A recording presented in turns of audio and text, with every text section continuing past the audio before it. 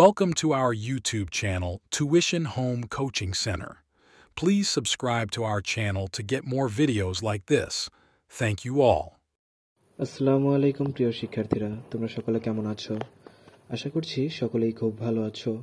আজ আমরা দেখব সপ্তম শ্রেণীর ইতিহাস ও সামাজিক বিজ্ঞান বিষয়ের পৃষ্ঠা ৮০ এর সিরিয়াল নাম্বার ৪, অর্থাৎ মুক্তিযুদ্ধ সংগঠন এবং বিজয় অর্জন পর্যন্ত তৎকালীন ভারতীয় প্রধানমন্ত্রী শ্রীমতী ইন্দিরা গান্ধীর নেতৃত্ব ও এতে দেশটির অবদান অর্থাৎ রাজনীতি, এটা সম্পর্কে আমরা একটি বিস্তারিত তথ্য লিখব।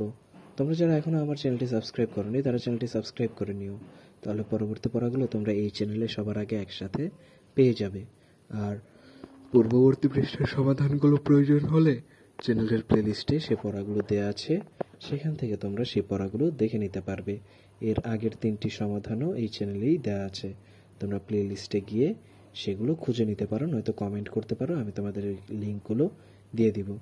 তাহলে চলো শুরু করা যাক আমাদের আজকের পড়া।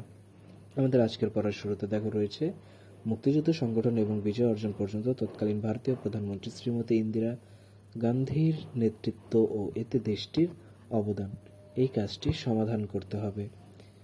দেখো আমরা সমাধান করেছি। 1971 সালে স্বাধীন রাষ্ট্র হিসেবে বাংলাদেশের অভ্যুদয় ইতিহাসে এক গৌরবোজ্জ্বল অধ্যায়ের সংযোজন। বাংলাদেশ রাষ্ট্র প্রতিষ্ঠায় স্বাধীনতার মহান স্থপতি বঙ্গবন্ধু শেখ মুজিবুর রহমান নামটির সঙ্গে আমাদের মুক্তিযুদ্ধকালীন বন্ধু রাষ্ট্রগুরু বা রাষ্ট্রনায়কদের নামের তালিকায় যার নামটি কৃতজ্ঞ চিত্তে বেশি স্মরণ করা হয় তিনি হলেন ভারতের প্রধানমন্ত্রী প্রয়াত ইন্দিরা গান্ধী। নামটির সঙ্গে ধৈর্য, শক্তি ও সাহস এবং দূরদর্শী প্রত্যুৎপন্নমতি এমন কিছু শব্দ ওতপ্রোতভাবে যুক্ত হয়ে রয়েছে। 1971 সালে অবরুদ্ধ বাঙালি জাতির সঙ্গে পাকিস্তানি বাহিনীর সশস্ত্র যুদ্ধ শুরু হওয়ার মাত্র এক সপ্তাহ আগে ভারতে অনুষ্ঠিত পঞ্চম সাধারণ নির্বাচনে ইন্দিরা গান্ধীর নেতৃত্বাধীন কংগ্রেস বিপুল সংখ্যাগরিষ্ঠতা অর্জন করে। নতুন সরকার গঠন ও নবগঠিত সরকারের প্রধানমন্ত্রী হিসেবে ইন্দিরা গান্ধী শপথ নিতে না নিতেই পাকিস্তানি সামরিক জান্তা উন্মত্ত হয়ে ওঠে। শুরু হয় ঢাকা শহরে বাংলাদেশের সর্বত্র নির্বিচার গণহত্যা, অবাধ লুণ্ঠন এবং ব্যাপক ধ্বংসযজ্ঞ। ঘটনার আকস্মিকতা এবং রক্তের হোলি খেলা অবলোকন করে সারা দুনিয়ায় একেবারে স্তম্ভিত।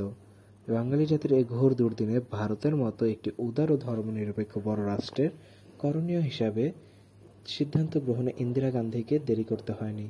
তৃতীয় বিশ্বের অত্যন্ত জনবহুল ও দারিদ্র্যপীড়িত একটি দেশের প্রধানমন্ত্রী হয়ে উদার হৃদয় ইন্দিরা গান্ধী দুর্দিনে আমাদের মুক্তিযুদ্ধকে সমর্থন করেন এবং সাহায্য প্রদানে এগিয়ে আসেন। 3রা ডিসেম্বর পাকিস্তানের বিরুদ্ধে ভারতের সরাসরি যুদ্ধ ঘোষণা ও 6 ডিসেম্বর স্বাধীন সার্বভৌম রাষ্ট্র হিসেবে বাংলাদেশকে স্বীকৃতি দান 7.5 কোটি বাঙালির মনোবলকে আরও চাঙ্গা করে তোলে। আজন্ম লালিত স্বাধীনতা লাভের লক্ষ্যে পরিচালিত বাঙালি জাতির মরণপণ লড়াইয়ের দিনগুলোতে প্রতিটি গুরুত্বপূর্ণ মুহূর্তে ইন্দিরা গান্ধী নিজ দেশের অভ্যন্তরে তো বটেই, বিশ্বের সর্বত্র বিভিন্ন ব্যক্তি, সংস্থা, সংগঠন ও রাষ্ট্রের সমর্থন সহযোগিতা চেয়েছেন আমাদের অনুকূলে। স্বাধীন বাংলাদেশ রাষ্ট্র প্রতিষ্ঠার ক্ষেত্রে সাহায্য সহযোগিতা লাভ ও সারা জায়গাতে এই সময় এমন কোনো গুরুত্বপূর্ণ দেশ বা জায়গা বাকি ছিল না যেখানে তিনি যাননি। গৌরবময় মুক্তিযুদ্ধে সাহায্য সহযোগিতাকারী বিদেশি সব বন্ধু রাষ্ট্রের তালিকায় সবার উপরে ভারতের স্থান। বাংলাদেশে পাকিস্তানি বাহিনীর গণহত্যা বন্ধ করা, স্বাধীন দেশ হিসেবে বিশ্বের বিভিন্ন দেশের স্বীকৃতি আদায় এবং পাকিস্তানের কারাগার থেকে বঙ্গবন্ধু শেখ মুজিবুর রহমানের মুক্তির লক্ষ্যে বিশ্ব জনমত গঠনে প্রধানমন্ত্রী ইন্দিরা গান্ধীর দুতিয়ালি ও নিরলস কর্ম প্রচেষ্টা কোনোদিনই ভোলার নয়।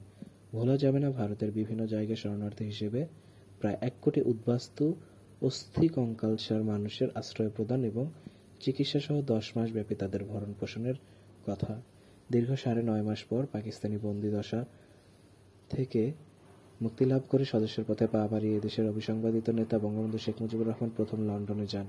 লন্ডন থেকে তিনি প্রথমে স্বাধীন দেশে স্বজনদের সঙ্গে এবং ভারতের প্রধানমন্ত্রী ইন্দিরা গান্ধীর সঙ্গে টেলিফোনে কথা বলে কৃতজ্ঞতা প্রকাশ করেন। পাকিস্তানের বন্দিদশা থেকে দেশে ফিরে আসার 26 দিনের মাথায় প্রধানমন্ত্রী হিসেবে বঙ্গবন্ধু প্রথম বিদেশ সফরে যান। প্রথম সফরের দেশ হিসেবে তিনি প্রতিবেশী ভারতকেই বেছে নেন। 6 ফেব্রুয়ারি কলকাতার দমদম বিমানবন্দরে বাংলাদেশের মহান নেতাকে অভ্যর্থনা জানাতে রাজধানী নয়াদিল্লি থেকে ছুটে আসেন প্রধানমন্ত্রী ইন্দিরা গান্ধী। স্বাধীনতার পর বঙ্গবন্ধুর নেতৃত্বে সরকার গঠিত হলে তার আমন্ত্রণে বেশ উৎসাহের সঙ্গে ইন্দিরা গান্ধী প্রথমবারের মতো বাংলাদেশ সফর করেন। ইন্দিরা গান্ধী ছিলেন অনেক বড় মাপের একজন মানুষ। বড় মাপের রাজনীতিবিদ, প্রকৃত অর্থে স্টেটসম্যান। নিজের দেশে এবং বহির্বিশ্বে তার কর্মপরিধি ছিল অনেক বিস্তৃত। তার সহৃদয়তা এবং আগ্রাসী পাকিস্তানের বিরুদ্ধে সময়োচিত পদক্ষেপ গ্রহণ 1971 সালে আমাদের বিজয়কে ত্বরান্বিত করেছিল। ডিসেম্বর আমাদের বিজয়ের মাস। বিজয়ের মাসে গভীর শ্রদ্ধার সঙ্গে এই মহিষী নারীকে স্মরণ করি। তাহলে শিক্ষার্থীরা, আমরা দেখে নিলাম তোমাদের ইতিহাস ও সামাজিক বিজ্ঞান বইয়ের পৃষ্ঠা 80 এর সিরিয়াল নাম্বার 4 এর সমাধান। এভাবে পরবর্তী পৃষ্ঠার সমাধানগুলো পেতে চ্যানেলটি সাবস্ক্রাইব করে আমাদের সাথেই থাকো। ধন্যবাদ সকলকে।